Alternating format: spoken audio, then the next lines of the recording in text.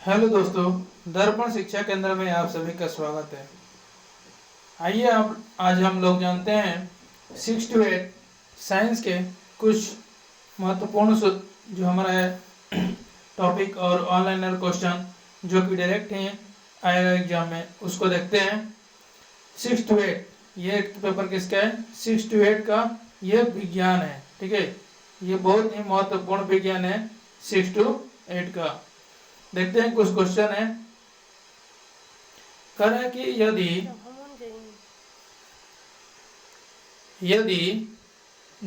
यदि नीचे उतरते समय लिफ्ट की डोरी टूट जाए, ठीक है, तो वह मुक्त पिंड की भांति नीचे गिरती है, ठीक है, नीचे गिरती है। ऐसी स्थिति में लिफ्ट में स्थित पिंड का भार क्या होगा? देखिए, जब नीचे उतरते समय लिफ्ट की डोरी टूट जाए तो वह मुक्त पिंड की भांति नीचे गिरती है, ठीक है। ऐसे स्थिति में लिफ्ट में स्थित पिंड का भार क्या होगा? तो ये हमारा जो होगा 0 होगा, ठीक है। अगला देखते हैं। जब बर्फ पानी में तैरता है, किसमें? जब बर्फ पानी में तैरता है तो उसके आयतन का कितना भाग ऊपर के पानी के ऊपर रहता है, ठीक है।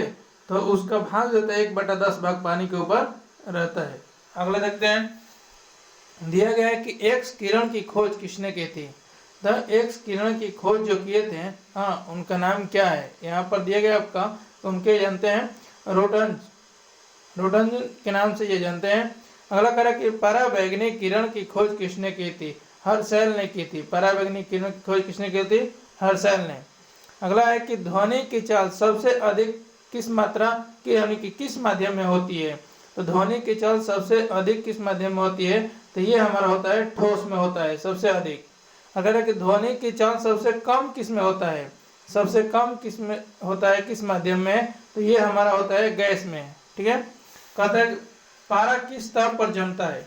तो पारा जो जमता है हमारा कितना? 39 डिग्री, ठीक है, 39 डिग्री सेंटीग्रेड ताप पर जमता है। आगे देखते हैं। कर कि अल्कोहल किस ताप पर जमता है?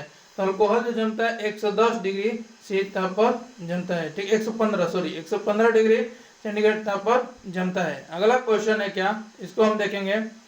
ये है हमारा कि ठोस माध्यम में ऊष्मा संचरण किस विधि से होती है? तो ठोस माध्यम में ऊष्मा का संचरण जो होता है ये चालन विधि के द्वारा होता है। किस विधि के द्वारा? ये चालन विधि के द्वारा होता है, ठीक है। अगला देखते हैं। अगला करें कि द्रव और गैस से ऊष्मा का संचरण किस विधि द्वारा होता है? तो ये संवहन की विधि के द्वारा होता है। द्रव और गैस से ऊष्मा का संचरण संवहन विधि के द्वारा होता है।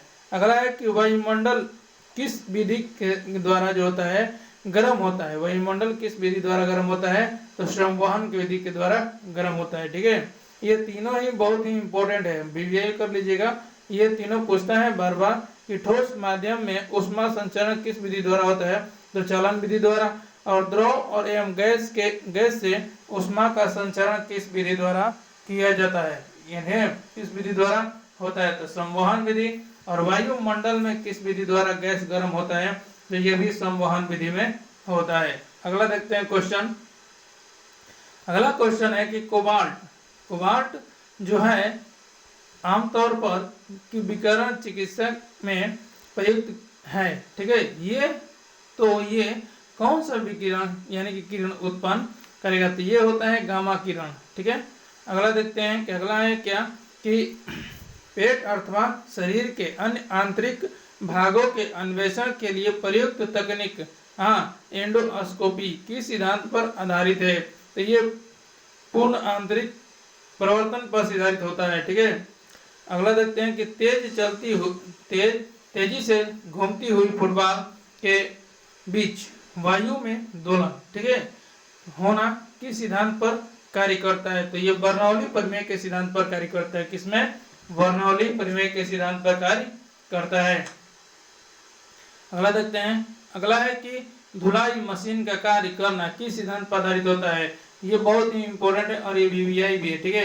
कि धुलाई मशीन के कार्य किस सिद्धांत पर कार्य करता है? अपकेंद्रण के सिद्धांत पर, ठीक है, कार्य करता है। पेस मेकर पेरिस्कोप, ठीक है, पेरिस्कोप किस सिद्धांत पर कार्य करता है? तो ये भी हमारा करता है पूर्ण आंतरिक परिवर्तन पर कार्य करता है, ठीक है। आगे देखते हैं, एक बर्तन पानी से भरा है, ठीक है, और उसमें बर्फ का टुकड़ा पानी की सतह के ऊपर तैर रहा है, ठीक है। क्या होगा जब बर्फ का टुकड़ा पिघलने लगेगा, ठीक है।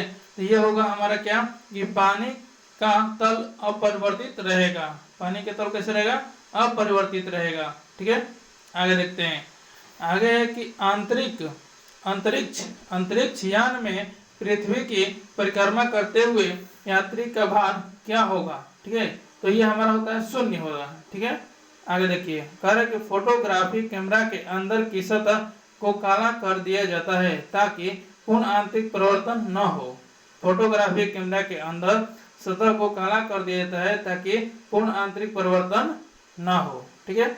आगे देखेंगे, अगला है कि अल्ट्रासाउंड नामक तकनीकी किस सिद्धांत पर या किस आधार पर आधारित होता है? मैंने कहा कि अल्ट्रासाउंड नामक तकनीक जो होता है, हाँ, किस पर आधारित है?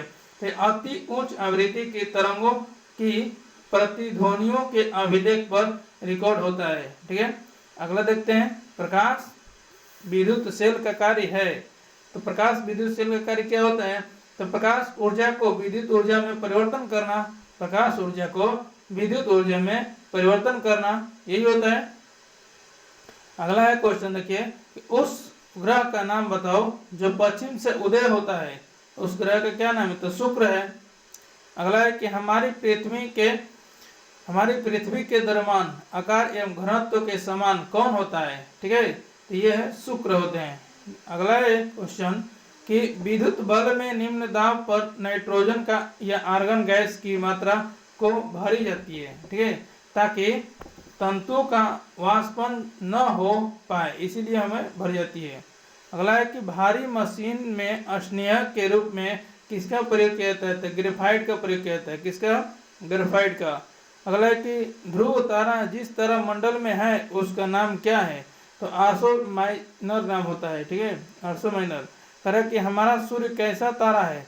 तो एक मध्य आकारीय तारा है। अगला है कि समुद्र में डूबी हुई वस्तु, मान लीजिए कोई समुद्र में डूबी हुई वस्तु का पता लगाना, ठीक है, लगाने हेतु प्रयुक्त उपकरण कौन सा होता है? तो उसको हम सोनार कहते हैं, सोनार। अगला है हमारा कि रेल पटरियों के बीच या नीचे, ठीक है, चौड़ी लकड़ी के पटरे यानी कि स्लीपर क्यों बिछाए जाते हैं? ठीक है, ये बिछाए जाते हैं इसलिए कि रेलगाड़ी के कारण उत्पन्न दाब घट जा सके, इसीलिए बिछाया जाता है। कृत्रिम उपग्रह में विद्युत का साधन क्या है? तो सौर सेल है। अगला है कि वर्ष 1910 और 1986 में फिर से दिखाई देने वाला धूमकेतु का नाम क्या है? इसका नाम है हेली धूमकेतु। अगला है कि सूर्य के अलावा हमारी आंख को बिना सहायता दिखाई देने वाला निकटतम तारा कौन सा है? तो एल्फा सेंचुरी है। अगला है कि जिस मंदाकिनी से सौरमंडल है, ठीक है, तो उसका नाम क्या है? तो उसको हम कहते हैं आकाशगंगा। अगला हमारा है कि सूर्य के अलावा पृथ्वी के निकटतम तारे से प्रकाश को पृथ्वी तक लाने में लगा समय क्या कहलाता है? तो कितना होता है? ठीक है, लगा समय तो 4.2 वर्ष होता है। अगला हमारा जो है कि खगोलीय दूरी का मात्रक क्या होता है? तो ये प्रकाश वर्ष का मात्रक है। खगोलीय दूरी का मात्रक क्या है? तो प्रकाश वर्ष। ठीक है, धन्यवाद, थैंक्स। अच्छा लगे तो कमेंट करें और कमेंट में लिखें अगला वीडियो के लिए सर, ठीक है। और समझ में नहीं आएगा तो उसमें कमेंट में लिखकर अपना बताएंगे कि सर यहाँ पर नहीं समझ में आया, इस टॉपिक को फिर से दोबारा से समझाया जाए। थैंक्स, धन्यवाद।